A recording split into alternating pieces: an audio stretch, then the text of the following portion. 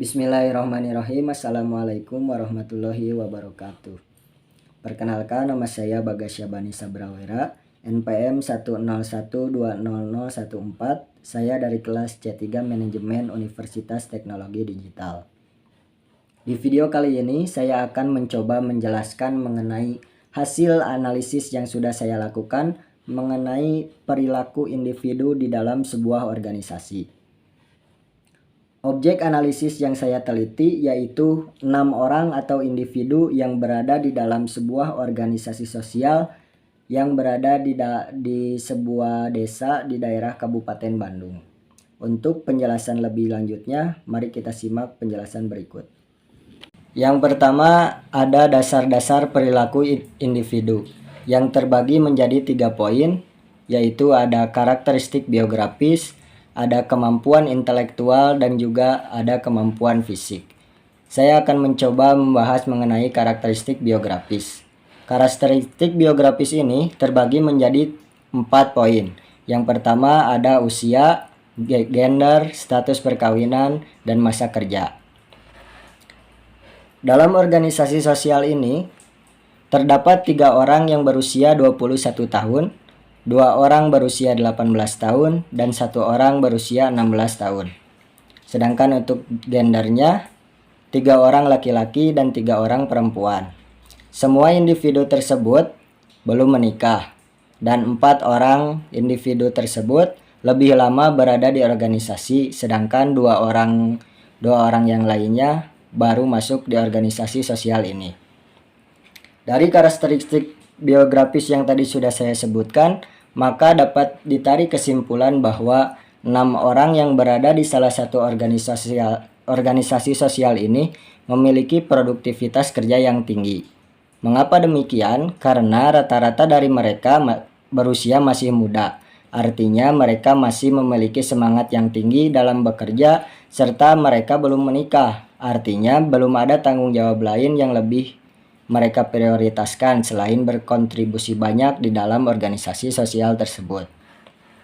Berbeda dengan masa kerja, ada 4 orang yang lebih lama berada di dalam organisasi tersebut, yang membuat mereka lebih santai ketika menghadapi kendala yang sedang terjadi, karena mereka mempunyai pengalaman yang lebih dibandingkan 2 orang anggota yang baru masuk organisasi.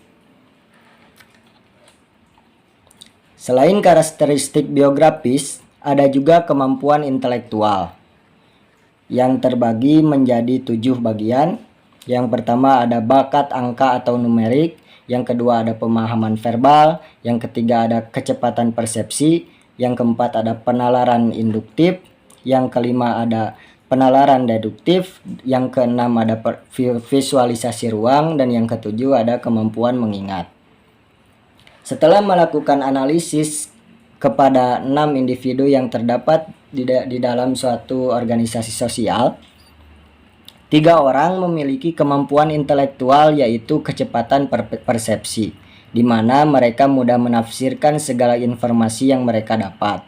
Sedangkan 3 orang yang lainnya memiliki kemampuan intelektual mengingat, di mana ingatan mereka mengenai seluruh aktivitas yang dijalankan di dalam organisasi tersebut kuat.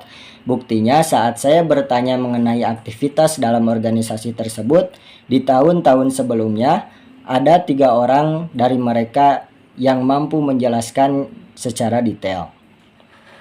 Lalu selanjutnya ada kemampuan fisik yang terdiri dari faktor kekuatan, ada faktor lain, dan faktor fleksibilitas. Nah, dari tiga kemampuan fisik tersebut, individu yang berada di dalam organisasi sosial ini memiliki kemampuan fisik yang didominasi oleh faktor kekuatan. Mengapa demikian? Karena rata-rata dari mereka masih berusia muda dan memiliki kekuatan fisik yang lebih baik dan kuat dibandingkan orang-orang yang sudah tua.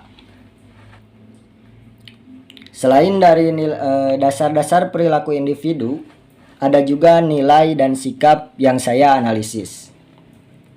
Sedikit menjelaskan bahwa nilai adalah keyakinan mendasar bahwa suatu cara bertingkah laku atau tujuan akhir tertentu lebih disukai secara personal atau sosial daripada cara bertingkah laku atau tujuan akhir yang berlawanan. Ada dua tipe nilai. Yang pertama ada nilai terminal, yaitu tujuan yang ingin dicapai seseorang selama hidupnya. Lalu juga ada nilai instrumental, yaitu cara untuk mencapai nilai terminal tersebut. Setelah saya menganalisis mengenai nilai dan sikap 6 individu yang berada di dalam suatu organisasi sosial tersebut, saya menemukan bahwa rata-rata individu di dalam organisasi sosial ini memiliki nilai terminal yang sama, yaitu mereka ingin berkontribusi tinggi di dalam organisasi dengan mengadakan acara sosial di setiap tahunnya. Lalu nilai instrumental yang mereka bangun, yaitu mereka satu sama lain bekerja sama untuk mencapai tujuan mereka dengan cara membagi-bagi tugas sesuai dengan keahlian dan di bidangnya masing-masing dalam hal mengerjakan suatu kegiatan yang akan dikerjakan. Selain nilai ada juga sikap. Sedikit menjelaskan kembali bahwa sikap adalah evaluate statement atau judgment tentang objek, orang, atau sebuah peristiwa. Ada 3 tipe sikap. Yang pertama ada kepuasan kerja, ada keterlibatan kerja, dan yang ketiga ada komitmen organisasi. Setelah menganalisis di dalam organisasi sosial ini, 4 orang yang lebih lama berada di dalam organisasi ini sudah mencapai sikap komitmen organisasi. Artinya, mau apapun yang terjadi di dalam organisasi ini, baik ataupun buruk, mereka memiliki komitmen untuk tetap berada di dalam organisasi karena mereka sudah memiliki loyalitas yang tinggi di dalam organisasi. Sedangkan dua orang anggota yang baru memiliki tipe sikap keterlibatan kerja. Artinya mereka akan merasa puas ketika mereka dilibatkan pada suatu kegiatan di dalam organisasi tersebut. Selanjutnya ada mengenai kepribadian dan emosi. Kepribadian adalah keseluruhan cara yang digunakan oleh seseorang dalam bereaksi dan berinteraksi dengan orang lain. Ada 6 tipe kepribadian.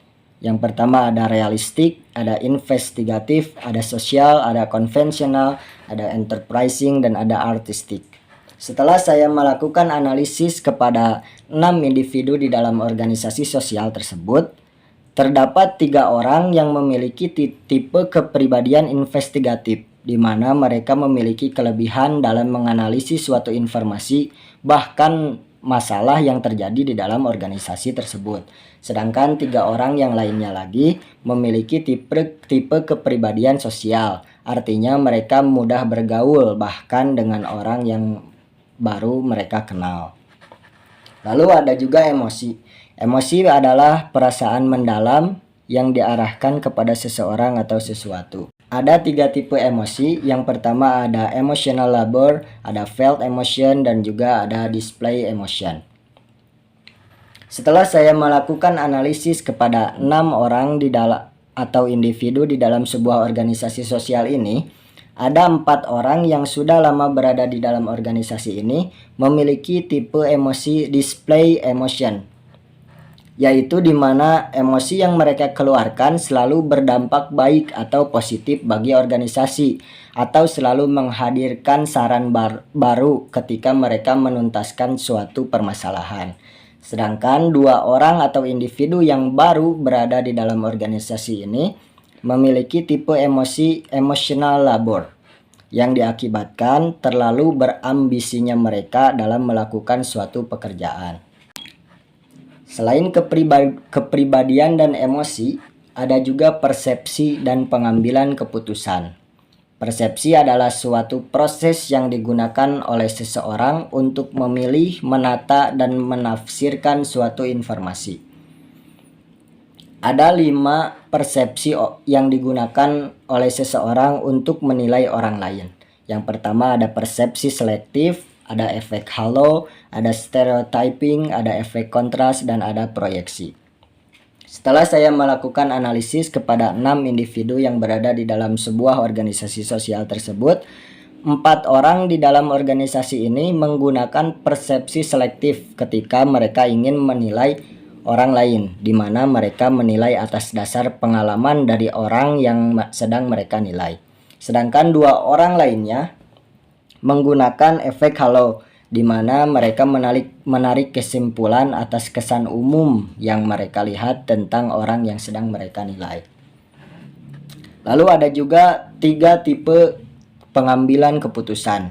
Yang pertama ada availability heuristic, ada representative heuristic, ada escalation of commitment.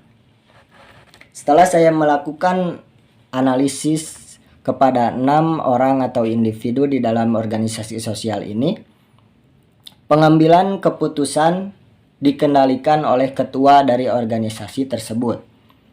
Tipe pengambilan keputusannya yaitu representatif heuristik, di mana ketua atau beliau mengambil keputusan dengan cara mencocokkan keputusan yang akan diambil dengan pengalaman yang dia miliki sebelumnya, sehingga keputusan yang akan diambil di depan akan terhindar dari masalah-masalah yang terjadi sebelumnya.